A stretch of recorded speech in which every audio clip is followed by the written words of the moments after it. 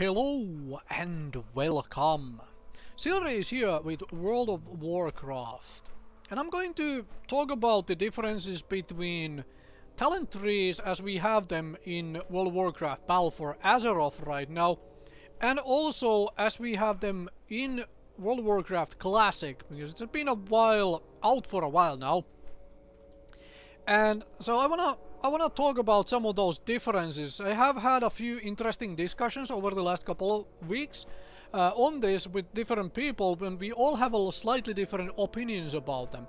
So I'm gonna talk about them, give my view of the two talent trees and how I compare them to each other. And I kind of want to hear, what do you folks think? I am very curious about this actually, like, do you folks think that one is strictly superior to the other or whatever? And before I talk about the talent trees, let me answer that question from my point of view, from how I look at it, how I think on it. My view is, when I compare this talent tree here to the talent tree of classic World of Warcraft, as in vanilla World of Warcraft as it was, and you know, Burning Crusade and so forth. Those old talent trees is that they both do it kind of correct for the times they were, you know, introduced into the gaming world. The classic World of Warcraft talent trees are incredibly old. Think about that a little bit. How long ago now did those things actually come out? Gaming world was very different. And I'll talk about more of this at the end of the video. Let me talk about the differences with the talent trees and what I like and dislike about them. Now, I'll be outright honest and say this is an echo which seems to go with basically everybody who is like looking into talents and so forth. The fact that there is 15 level difference between all the talents is a little bit of a negative, and the fact that we have maximum level of 120, which is apparently going to be dropped down to 60 max level at the next expansion, Shadowlands. However, we will still have talents being, you know, level, well, was it level 10 and then level 20 or 25, something like that. It's basically still many levels between the talents.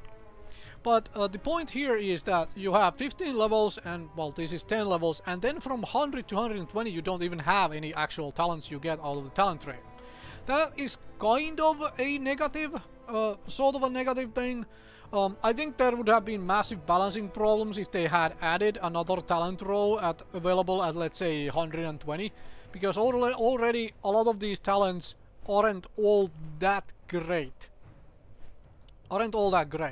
Anyway, so I agree. I kind of agree that these talents come way too late to the party, as in there is too big of a gap between the levels where you get the talents. Maybe you should just get all of these talents by level 60 and then have nothing between level 60 and 120, but you would have access to all your talents for all the healing stuff you want to do in, you know, if let's say you want to level through a dungeon finder as a restoration druid or a tank or whatever. Anyway, so that's one of the things I kind of dislike about this.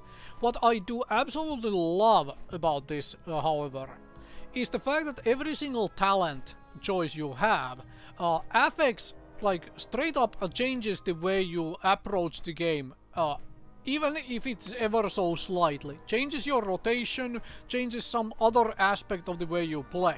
Now, yes, there are talents here. There are absolutely talents here that are not all that great. For example, the Feral Affinity talent increases movement speed by 15% and you get a few feral abilities.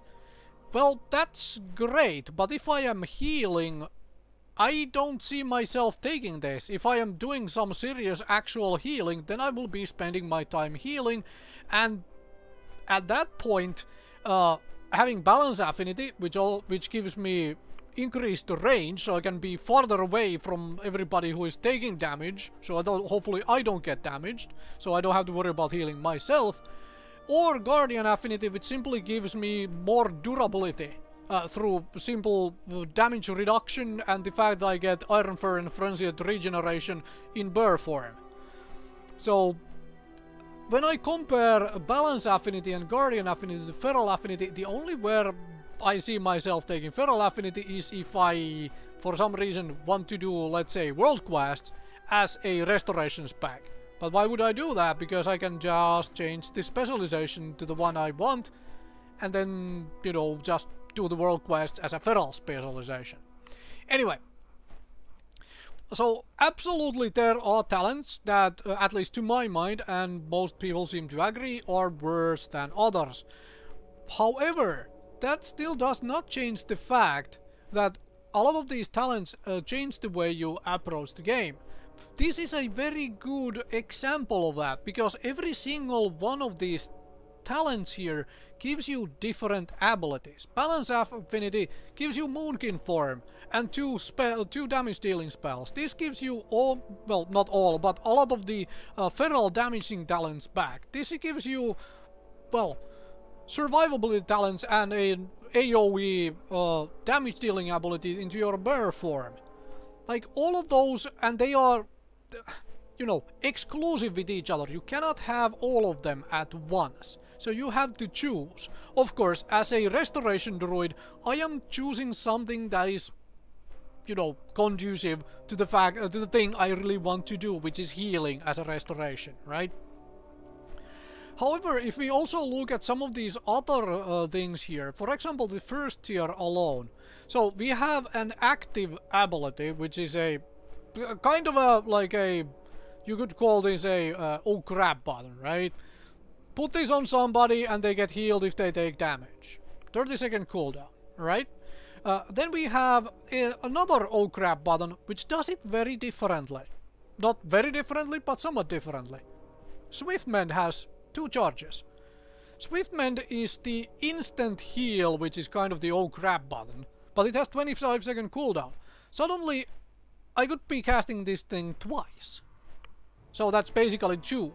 Essentially, if you think about it, it's kind of the same as having Cenarian Ward and, you know, and a Swiftmend instead of having 2 Swiftmends.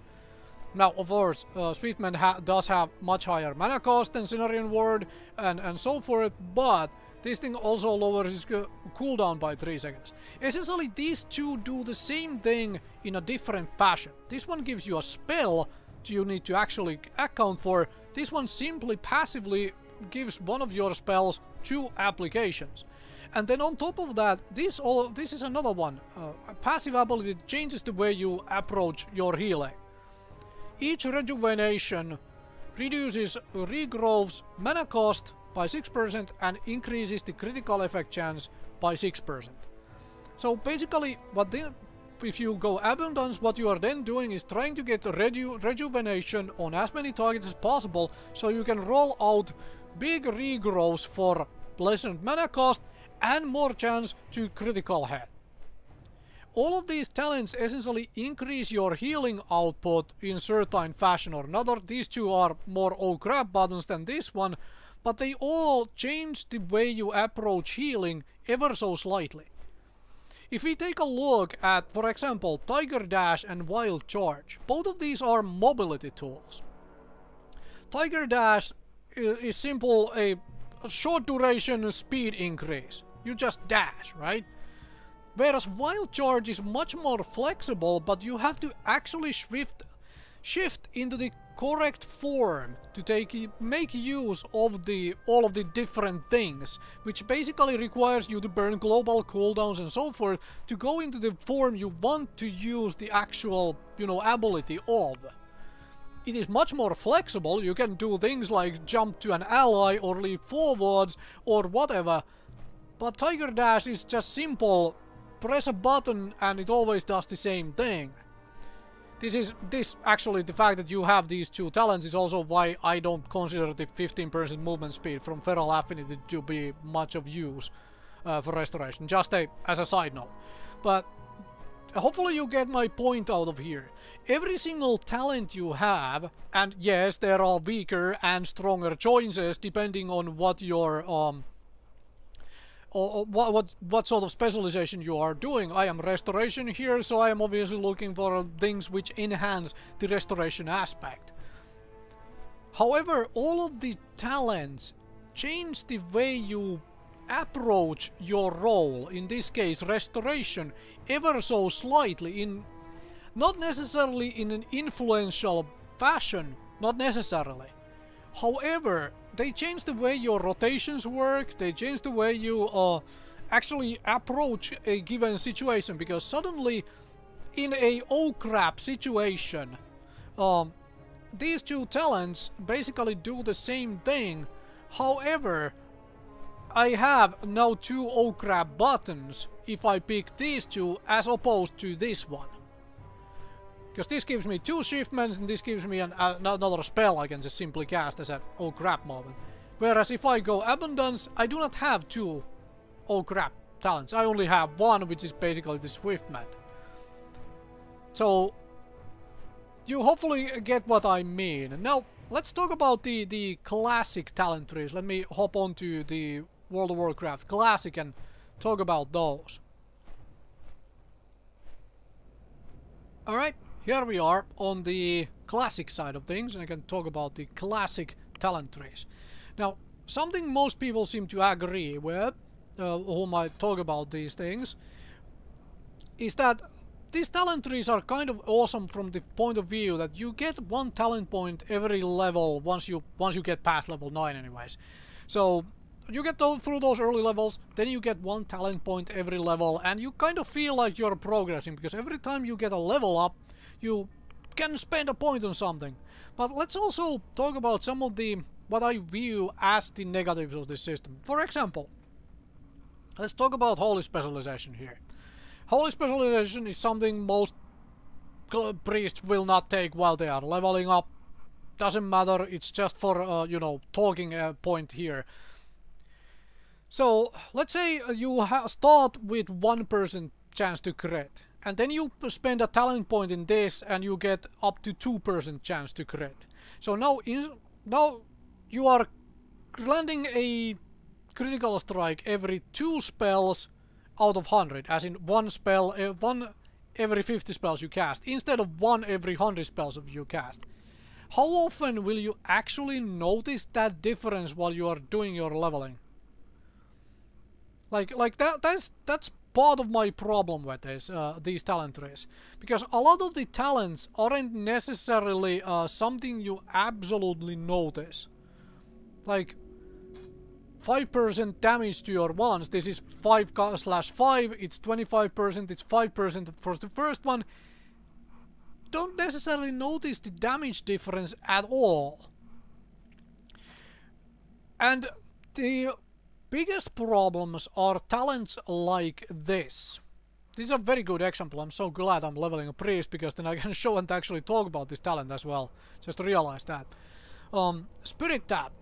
Every talent point spent here in this, up to 5 maximum obviously, gives 20% chance to double your spirit, as in give 100% bonus to your spirit after killing a creature that yields experience. That 100% spirit basically is what facilitates the Shadow Priest leveling loop when you kill monsters. You kill monster, you get Spirit Tab to double your mana recovery rate for 15 seconds, so you get back a lot of mana and you can continue killing more monsters. The problem is when you first pick this talent up, the first point you spend on it, it's only 20% chance to actually happen.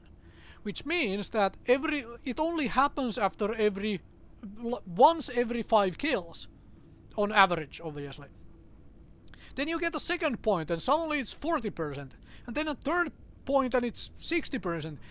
And the biggest jump you notice is from the 80% to the 100%. Why? Because at 80% you are, from time to time, you're still 1 out of 5 kills does not give you that double spirit. So when you do those 4 kills and you get the double spirit, it's awesome. And then comes that 5th one, you're like, okay, now I have to sit down and dang drink, right? So that 80% to 100% chance jump is absolutely massive, because it facilitates the leveling, the grinding on this character so much more as a Shadow Priest. And that is what I really dislike personally about the classic slash vanilla World of Warcraft talent trees. Because of talents like this, where the talent is utter garbage when you pick it up, because it only happens so rarely, and you have to spend many levels, you know, dealing with that. And the thing is, you cannot spend your talent points into anything else, because you have to actually upgrade that talent to be any good, because otherwise it's just wasted talent point. Something which happens 1 in every 5 creatures you kill is not all that great. But at 100% suddenly it is really, really good. So yeah, this is something I really dislike. And if you do a comparison, every talent you take in the BFA version of talent trees, you spend that point, essentially you select the talent, you have it fully active, without any of this having to level the talent up separately. Alright. And final thought, and you are very much welcome to disagree with this. A lot of folks seem to think that you can do, you know, more builds with this than you can do with the BFA talents. I would beg to disagree. From the point of view that when you do builds for within these talents, you are trying to go down the tree to pick up certain specific talents. For example, very good example is the shadow, where you want shadow form. Without shadow form, you are not doing much with as a shadow priest. So basically you go down the talent tree to get yourself mind flay, get yourself shadow form, and on the way to shadow form you are obviously forced to pick up vampiric embrace. And very likely you can pick up silence, because actually picking it up doesn't really take away from anything else here, which would be all that useful. The same is true for a lot of other talents as well, like Divine Spirit for a healing spec. Increased Spirit is real good for World of Warcraft Classic healers, because, well, mana recovery, fantastic to have more of that. So you go for Divine Spirit, and do you want the rest? Well, maybe. Maybe you don't. Maybe you don't need power infusion, so that you just come here to pick up Divine Spirit, and then you spend the rest of your points in Holy. The fact that there is only a few talent options to go through, and a lot of them don't necessarily matter. Like, for example, Healing Focus is not something you necessarily need for player versus environment, PvE stuff. Whereas for PvP, you want this. There is no real question about that. You want your heals to not be interrupted when somebody's whacking on you in PvP, because you are a healer, somebody's going to be whacking on you. So there is no choice there. You are taking it. In my honest opinion, WoW Classic talent trees are so very much explored and thought out these days, because they have been out for so long, that and also a lot of the combat, the actual like raid bosses and so forth, have been figured out a long time ago. So your builds are, in my view, way more narrow than they are in BFA talent trees. Anyways, let me finalize this thought by flying around some in actual, you know, BFA areas outside Orgrimmar, I think, and I'll give the final thoughts on this from my point of view, anyways. Alright, so this is where we started, this is where we are going to finish it, flying around in Durotar and whatever. So, my final thoughts, and I would love to hear your opinions on it, your particular view on, like, what do you think, like, what is your view of, like, the bonuses, the pros and cons between these two talent trees? Do you think one of them is, you know, just straight up better than the other, and so forth? Because I personally don't think so. I love some of the things with the classic talent trees, and I love some of the things with these talent trees. Like, for example, as I mentioned, I love the fact that you just pick the talent and you have it that moment on. You don't have to actually level the talent or anything of the sort. You don't have to deal with the like 20% chance of the talent triggering. No, you have specific conditions where the talent will always trigger, like cultivation here. This will always heal if the target is below 60% health. The effect will take place. Now, so please let me know in the comment section below your thoughts. What do you think of all of this and so on. Now, let me summarize a few things as well for my thoughts of why I personally think that both of these talent trees are very, very good for the times they were created. Because Vanilla World of Warcraft came out a long time ago, right? And if you look at WoW Classic right now, or Vanilla World of Warcraft back then, what was the big thing people talked about talking about when it comes to WoW Classic, when WoW Classic was about to be released? They talked about the whole journey thing. That journey from level 1 to level 60. That was the big draw for a lot of people. And if you look at the WoW Classic talent trees, they are perfect for that. Every level you are going to get 1 point, but the levels come fairly slowly, right? It takes a while to get from level 40 to level 41. It might take you like 3, 4, 5, 6 hours, depending on how fast you do your leveling, how long you spend reading quest text, so on. It might take you a long time to get 1 level. And so the fact that you get that level in such a long time then gives you that 1 talent point, which makes you instantly feel like you are rewarded for it. The journey from 1 to max level, 1 to 60, is essentially longer. And like I said, for a lot of people the journey was the big deal. How about World of Warcraft BFA as we have it, Battle for Azeroth? A lot of more people come into Battle for Azeroth, especially if you have played World of Warcraft before. You come back into Battle for Azeroth thinking, hey, maybe I don't want to spend that much time leveling, I just want to get to the end game and start doing end game stuff. Leveling is much faster. You can get 10, 15, 20 levels in an afternoon. Depending on like how many heirlooms you have and so forth, and what you are doing, like how familiar you are with the world, you can easily get 20 to 30 levels in a day, 40 levels in a day, so on. And that means that the sort of a classic style talent tree wouldn't really make any sense.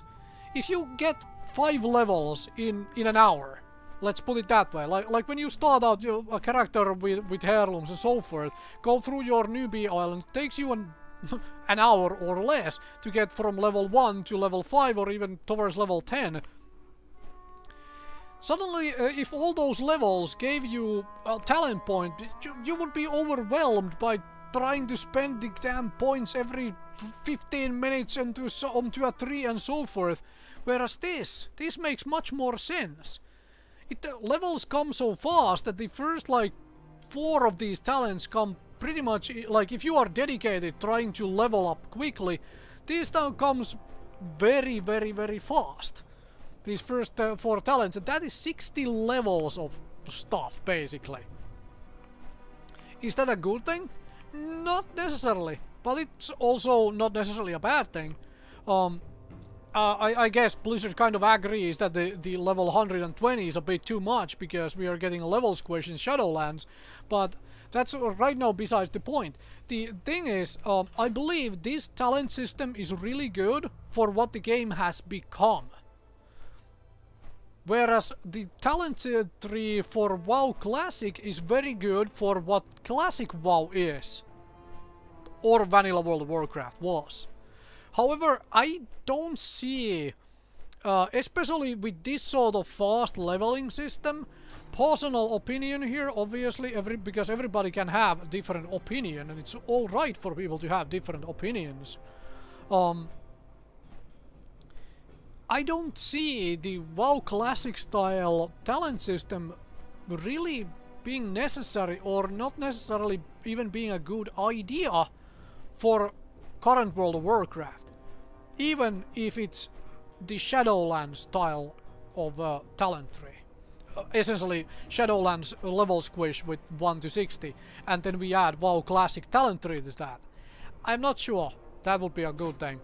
They have obviously said that the talent tree for Shadowlands is going to be like this, but just squished to 60 levels. Anyways, I'm gonna call it here. Thank you very much for watching, for listening. Let me know of your views and thoughts and so forth. I mentioned that before, but I would really love to hear what you folks think on this particular aspect of World of Warcraft.